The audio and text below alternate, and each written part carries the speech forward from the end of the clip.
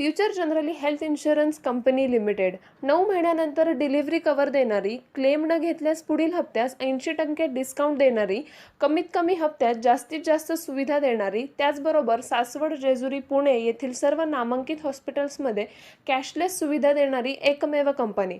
अधिक माहितीसाठी संपर्क शेवते इन्शुरन्स 98 22 32 68 44.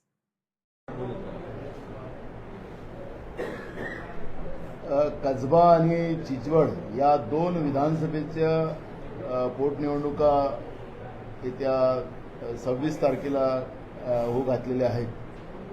7 तारीख त्याची फॉर्म भरायची शेवटची तारीख आहे आणि म्हणून त्यासाठी आज काँग्रेस पक्षाचं पार्लमेंटरी बोर्डाची एक मीटिंग या ठिकाणी झाली. त्या ठिकाणी दोन्ही विधानसभेबद्दलची सकारात्मक चर्चा आम्ही त्या ठिकाणी केलेली आहे.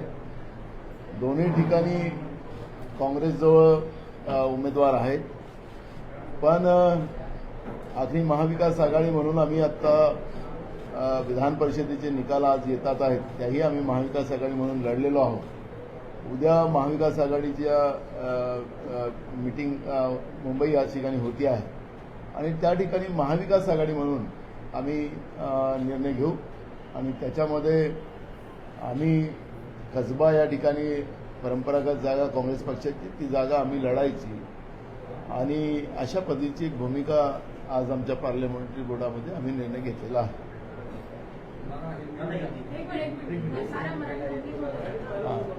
नाना, आपण जर बघू शकतो तर एकीकडे राष्ट्रवादी देखील त्याच्या उमेदवारांच्या निवडणुका करत आहे.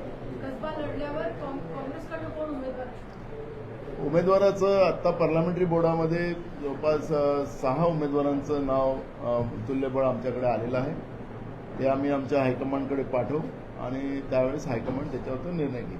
दादा, दुसरीकडे प्रकाश आंबेडकर यांनी असं विधान केलेलं आहे की महाविकास आघाडी म्हणजे जे माहिती मिळते त्यानुसार महाविकास आघाडीमध्ये समान मित्रपक्ष म्हणून त्यांना जागा मिळायला पाहिजे, शिवसेनेच्या कोट्यातून नाही, अशी कुठेतरी त्यांची अपेक्षा आहे. त्यांना एमपीमध्ये समान पार्टनर म्हणून अपेक्षा जागा.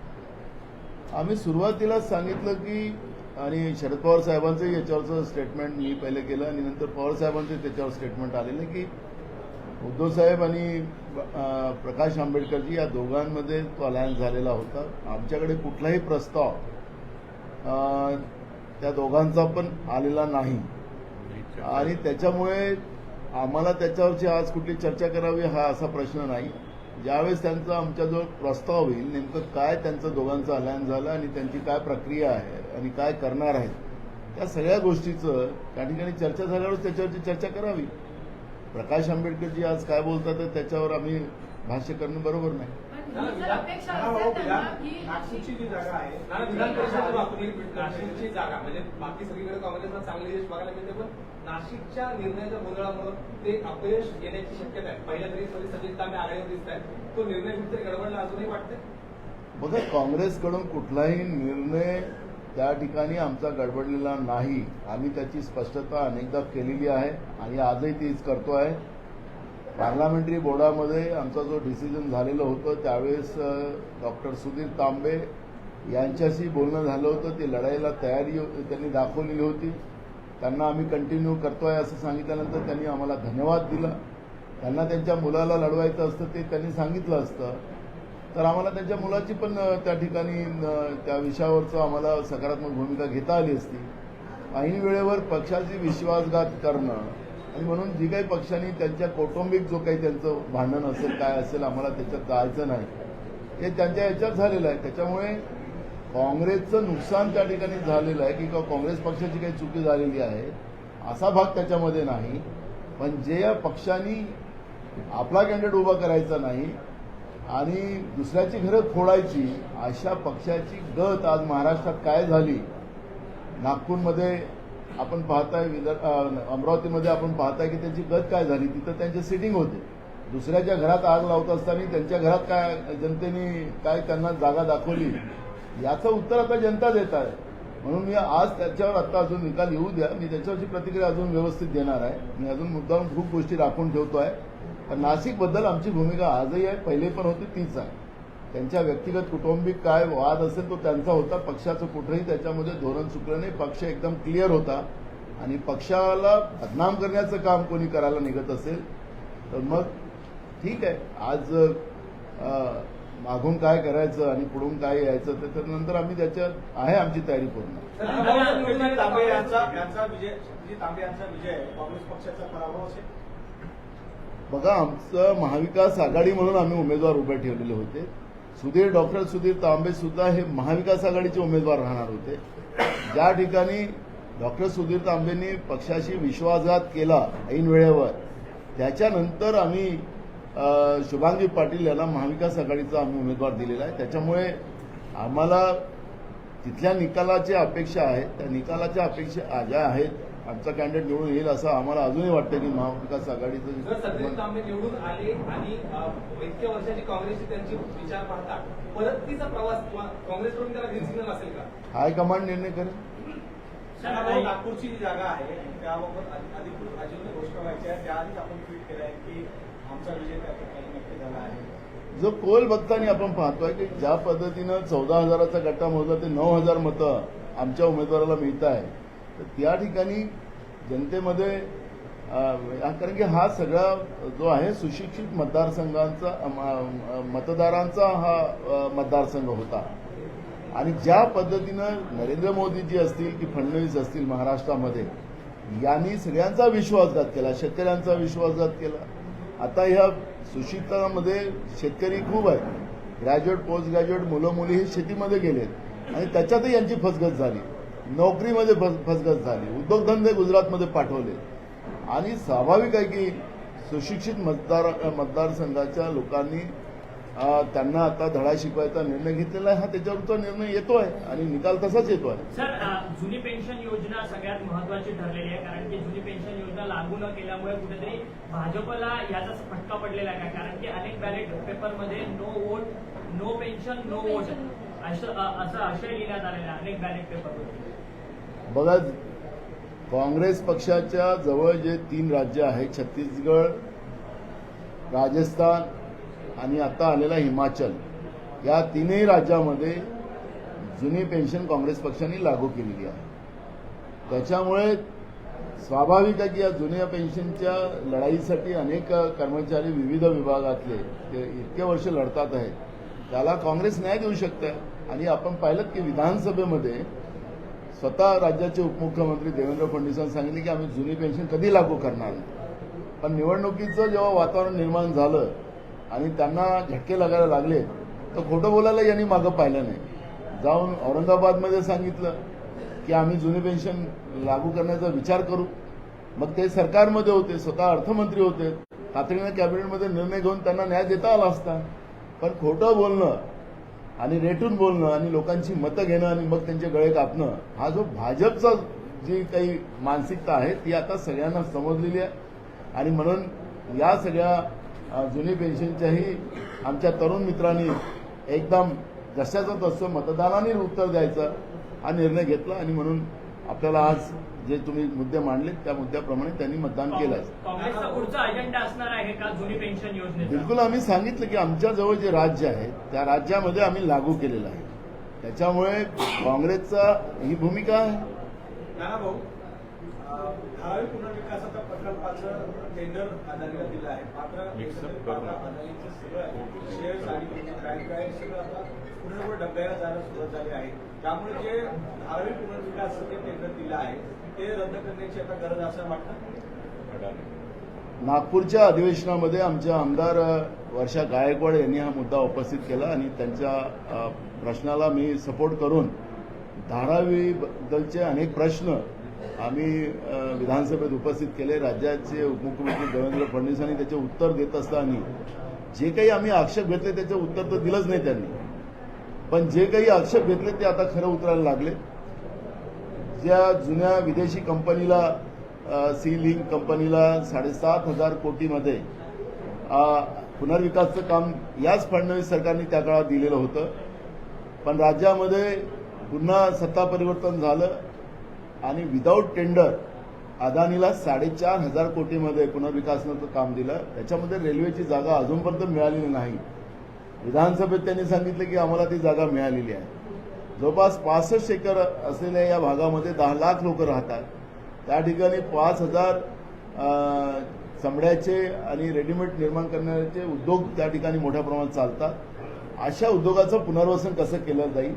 पण मला असं लक्षात येतं की या मित्रोंना फायदा कसा मिळेल आणि राज्याच्या जनतेचा घामाचा पैसा तिजोरीतून कसा लुटून याला देता येईल. कारण की ती सीलिंग कंपनी सुद्धा आता कोर्टात गेलेली आहे आणि आता समजा अदानी कंपनीचं समजा एग्रीमेंट उद्या कमी जास्त झालं हेही कोर्टात जाणार आणि हे दावा ठोकणार दोन्ही कंपन्या आणि दावा ठोकून राज्याच्या तिजोरीतला पैसा मागतील.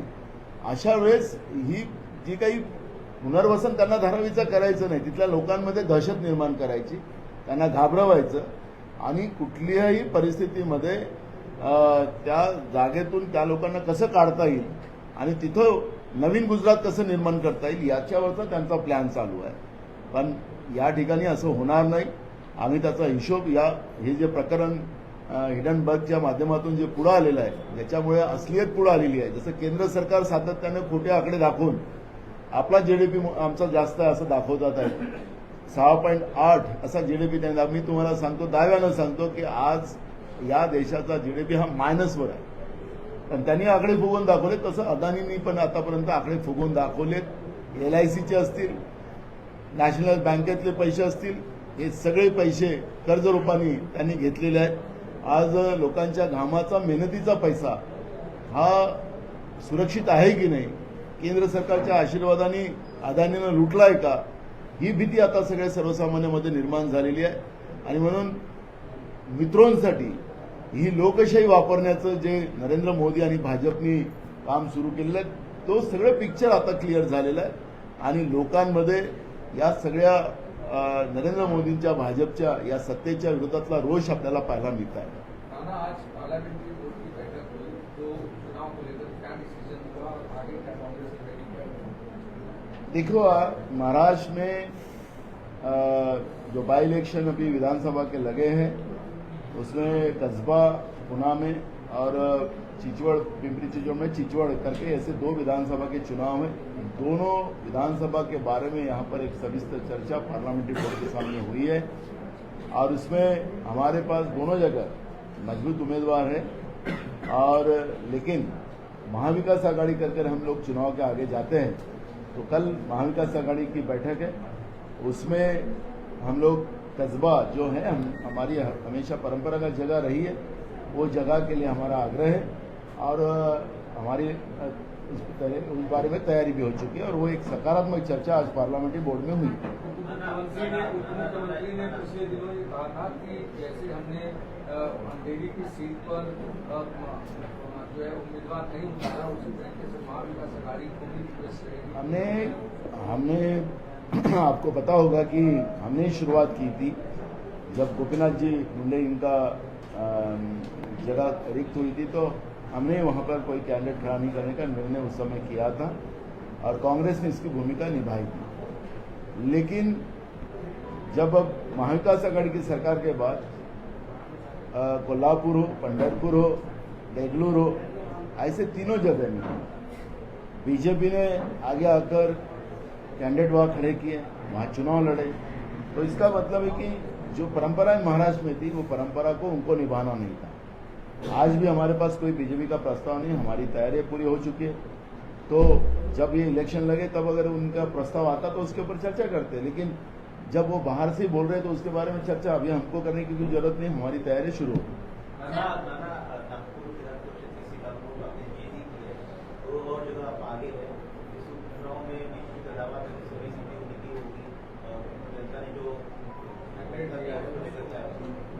देखो, बार बार झूठ कितना बोला है, कितना लोगों ने हजम करना चाहिए. आपने देखा होगा कि बजट जो आया है, बजट मित्रों के लिए आया है. किसान का नाम लिया गया है लेकिन किसानों को उसका फायदा नहीं होगा, आम आदमी को फायदा नहीं होगा. अभी भी महंगाई पे कोई ब्रेक नहीं पड़ा हुआ है. बेरोजगारी कैसे हटाई जाएगी उसके बारे में कोई चर्चा कल के बजट में भी उस तरह का कोई प्रावधान किया गया नहीं है. तो लोगों को ये पता चला और ये क्वालिफाइड लोगों का मतदार संघ है, क्योंकि ग्रेजुएट कॉन्स्टिट्यूंसी होने की वजह से यहाँ पर अब बीजेपी की झूठ नहीं चलेगी. ये मानसिकता लोगों की थी और आपने देखा होगा कि रिजल्ट भी वैसे ही आ रहे. बीजेपी आज भी अपने घमंड में है कि जो भी हम चुनाव होंगे उसमें जीतेंगे, लेकिन अब इनको समझना चाहिए, जनता ने एक इनको दिशा दी है कि अब तुम्हारी नहीं चलेंगी। आपको कोई सोशल मीडिया पे हो या गोदी मीडिया के माध्यम से कुछ भी आप डालोगे और हम सहन कर लेंगे, वो ऐसी कोई बात नहीं। लोगों ने उनको सबक दिया है और सत्ता का दुरुपयोग करने की कोशिश महाराष्ट्र के ईडी की सरकार ने पूरा किया, एकनाथ शिंदे और फडणवीस सरकार ने दुरुपयोग किया, लेकिन लोगों ने उस बात को माना नहीं और पूरे युवाओं ने कांग्रेस विकास आघाड़ी को सपोर्ट करने का मानस बनाया और इसका रिजल्ट आज आप लोग देखेंगे। नाना ओल्ड पेंशन स्कीम जो थी वो जो जैसे हिमाचल में लागू हुई और वहाँ पे सत्ता परिवर्तन, क्या यहाँ पर भी देखो, कांग्रेस की भूमिका और हमारे नेता राहुल गांधी जी ने जब पदयात्रा जब शुरू की तो तेलंगाना में उस बात की घोषणा की थी। उन्होंने 2 बातों की घोषणा की इस पदयात्रा में, एक ओल्ड पेंशन के बारे में बात की और एक कहा कि सेंसस जो है जो होने जा रहा है वो जाति न्याय हो। ये भूमिका 2 स्पष्ट हमारे नेता राहुल गांधी जी ने रखी है। उसी समय में हिमाचल के चुनाव हुए और वैसे भी छत्तीसगढ़ और राजस्थान में ये यूनि पेंशन योजना चल रही है और जैसे ही हमने हिमाचल में हमारी सरकार आई तो पहले ही कैबिनेट में हमारे वहाँ के मुख्यमंत्री जी कांग्रेस के, उन्होंने पहले ही कैबिनेट में ये डिसीजन लिया और इसलिए जो हमारे नेता राहुल गांधी जी ने जो वादा इस देश के सभी कर्मचारी को किया है उसको पूरा करेंगी, सिर्फ कांग्रेस ही कर सकती है और ये इलेक्शन में भी उसका प्रभाव निश्चित रूप से सामने आ रहा है। सर, कल की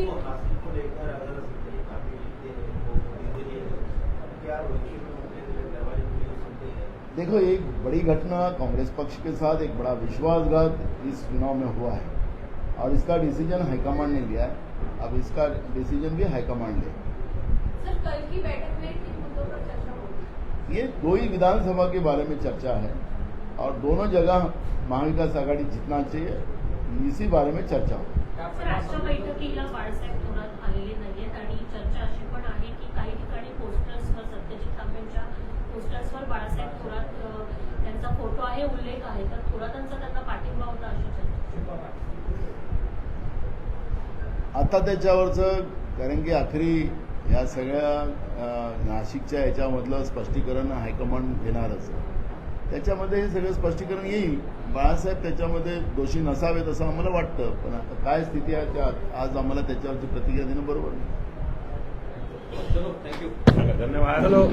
देशसेवा हेच आद्य कर्तव्य मानून निष्ठापूर्वक सेवा करून सासवड आणि पंचक्रोशीतील ग्राहकांसाठी सुरू आहे गुणवत्तापूर्ण आणि उत्तम प्रतीच्या सर्वच वस्तू देणारे सैनिक वेलफेअर कॅन्टीन, तेही सामान्य जनतेसाठी विनाकार्ड, जिथे आपणास मिळेल सर्व प्रकारचा उत्तम दर्जाचा गुणवत्तापूर्ण किराणा, सर्व प्रकारची बेकरी उत्पादने, ड्रायफ्रुट्स, कॉस्मेटिक्स, इलेक्ट्रॉनिक्स, गार्मेंट्स आणि असं बरंच काही, तेही मिलिटरी कॅन्टीनच्याच दरात, जे असेल सामान्य जनतेसाठी विनाकार्ड। तेव्हा या, पहा आणि खात्री करा। पत्ता सैनिक welfare canteen, Saswad Hiware road, Shivani creation समोर, सासवड। प्रोप्रायटर शरद यादव फौजी। मोबाईल 750 70 88 201 आणि 93 700 78 945।